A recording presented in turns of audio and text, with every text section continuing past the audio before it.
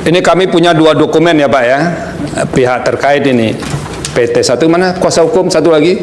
Kalau saya Pak. dulu Pak, saya ini tamat SMA-nya tahun 88. Ya. Itu masih menggunakan surat tanda tamat belajar. Nah, STTB Pak. Nah, apa bedanya dengan ijazah itu Pak? Sama saja Pak. Sama ya? Mungkin dulu STTB, tapi dianalogikan sama dengan ijazah. Sekarang masih dipakai STTB atau ijazah Pak? Ijazah, biasanya ijazah. Nah, saya minta Bapak ke depan sekarang Pak. Ya.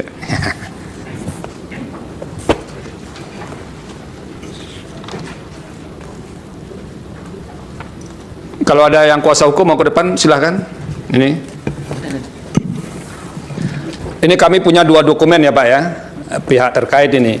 PT satu mana kuasa hukum satu lagi? Ini pihak terkait menyerahkan ini. Ini dua-duanya sama-sama pakai label Kementerian Pendidikan dan Kebudayaan Republik Indonesia. Bapak lihat ya Pak ya, Pak Aryo. Apa memang begini, terlepas dari soal model apa ya, ini kan ada lagi soal lain ini, ininya tidak sesuai. Apakah memang begini cara model ijazahnya yang diterbitkan? Iya, biasanya ditulis tangan untuk Tulis ijazah. tangan, oke. Saya masih tulis tangan juga dulu Pak. Iya, betul. Saat ini masih. Ya. Begini ya, Ya. di belakangnya ada nilai seperti ini. Ya. Lalu yang ini apa gunanya Pak? Itu adalah SHUN sebagai bukti yang bersangkutan mengikuti ujian nasional. Sebagai bukti yang bersangkutan mengikuti Ya. ujian nasional. Ya, dan yang mencetak adalah Dinas Pendidikannya. Oke. Apa Bapak bisa mengenal nggak model ininya memang sama semua? Sepertinya sama Pak. Sepertinya sama. Ya, Kalau kan, kami mau mengecek kebenaran siapa yang bisa valid menyatakan sama atau tidaknya? Bisa Dinas Pendidikan bisa. Siapa Pak? Langsung kalau Dinas orangnya Pendidikan kurang aja? tahu. Ya, Dinas Pendidikan Oke. yang membidangi ini. Dinas Pendidikan Provinsi. Provinsi ya? Ya. Oke. Oke. Terima kasih Pak. Sementara itu dulu. Silahkan kembali ke tempat. Ini kan masih di sekitar, mohon maaf, ijazahnya Pak Jokowi, ijazahnya Pak Wapres Gibran, dan lain sebagainya kayak. Kewenangan Mahkamah Konstitusi berdasarkan pasal Itu dianggap dibacakan Pak. Jadi kewenangan dianggap dibacakan, ini akan dinasihati karena sedikit sekali kewenangannya. Nah sekarang Bapak masuk ke legal standing. Kenapa Bapak merasa dirugikan dengan berlakunya norma undang-undang yang dimohonkan pengujian ini? Silakan. kedudukan pemohon legal standing. Pemohon adalah warga negara Indonesia yang berprofesi sebagai advokat dan wira swasta yang memiliki hak konstitusional berdasarkan pasal 27 ayat 1 Undang-Undang Dasar 1945 yang berbunyi segala. Nggak usah dibacakan Pak. Bapak jelaskan saja nih, kalau advokat nih harus jelas, yang kecil-kecil kayak begini nih lisan saja begitu Pak. Oh iya. Nah, coba Pak jelaskan ke kami mengapa Bapak memiliki legal standing.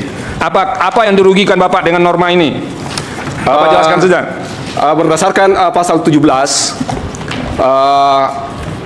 huruf H angka 5 Ya. Undang-Undang Nomor 14 Tahun 2008 tentang keterbukaan informasi publik yang berbunyi catatan yang menyangkut pribadi seseorang yang berkaitan dengan kegiatan satuan pendidikan formal dan satuan pendidikan non formal.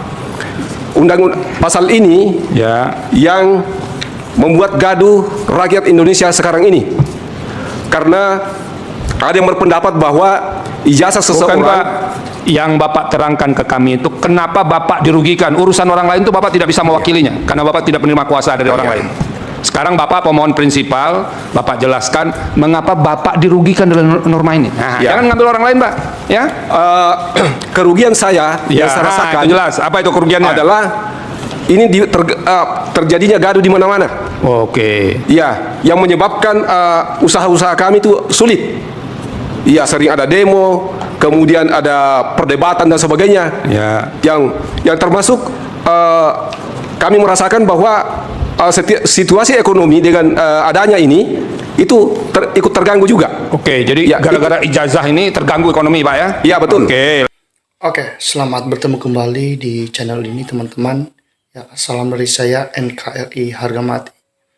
Nah, teman-teman, dari cuplikan-cuplikan video yang baru kita tonton, ya apakah benar ya hakim paksa membuka itu jasa Jokowi? Nah, banyak pertanyaan atau komentar-komentar dari netizen mengatakan hakim dan jaksa kalau tidak jujur juga wajib rakyat Indonesia mencurinya. Nah, jangankan cuman wakil presiden saja bisa dipecat ya atau kerujilan, jangan mandang-mandang wakil nggak bisa dipecat. Nah, semua partai, ya semua partai pengusung Jokowi dan Gibran, waktu percalonan harus ikut bertanggung jawab yang termasuk KPU.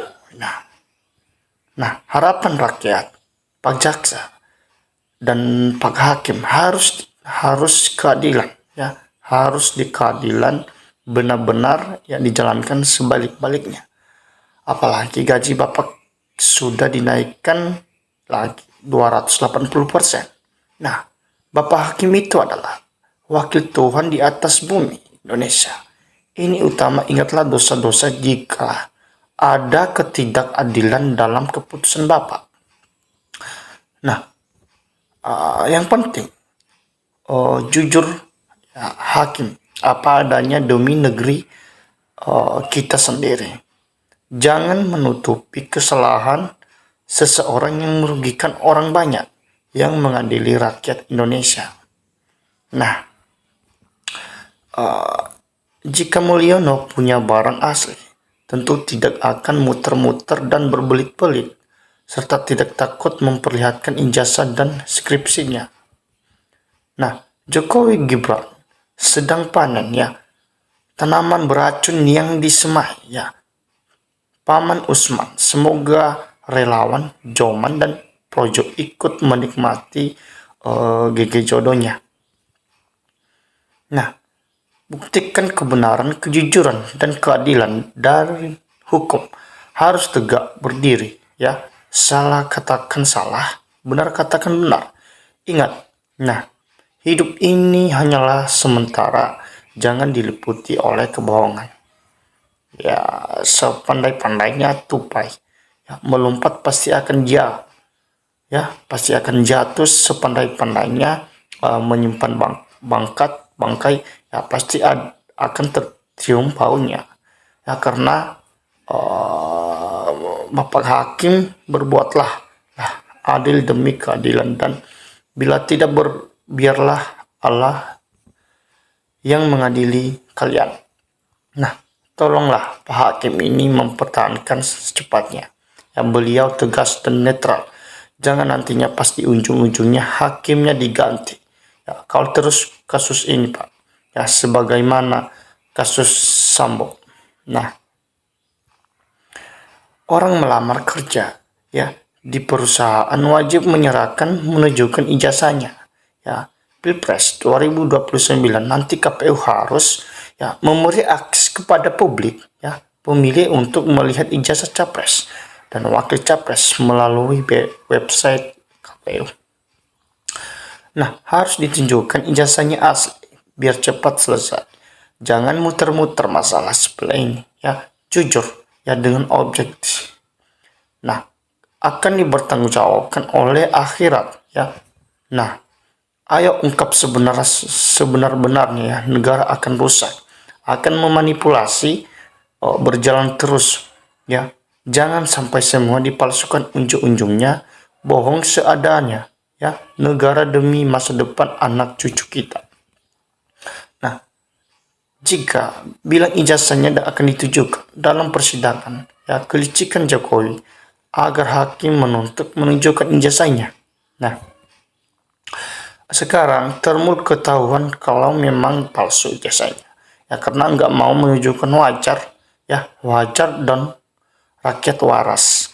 Nggak gila maunya tunduk tanya bentuk fisiknya. Nah, begitulah rendah, ya, hinaan oknum aparat hukum negeri ini demi jabatannya. Kebohongan yang jelas terlihat nyala dibela beliau karena demi jabatan.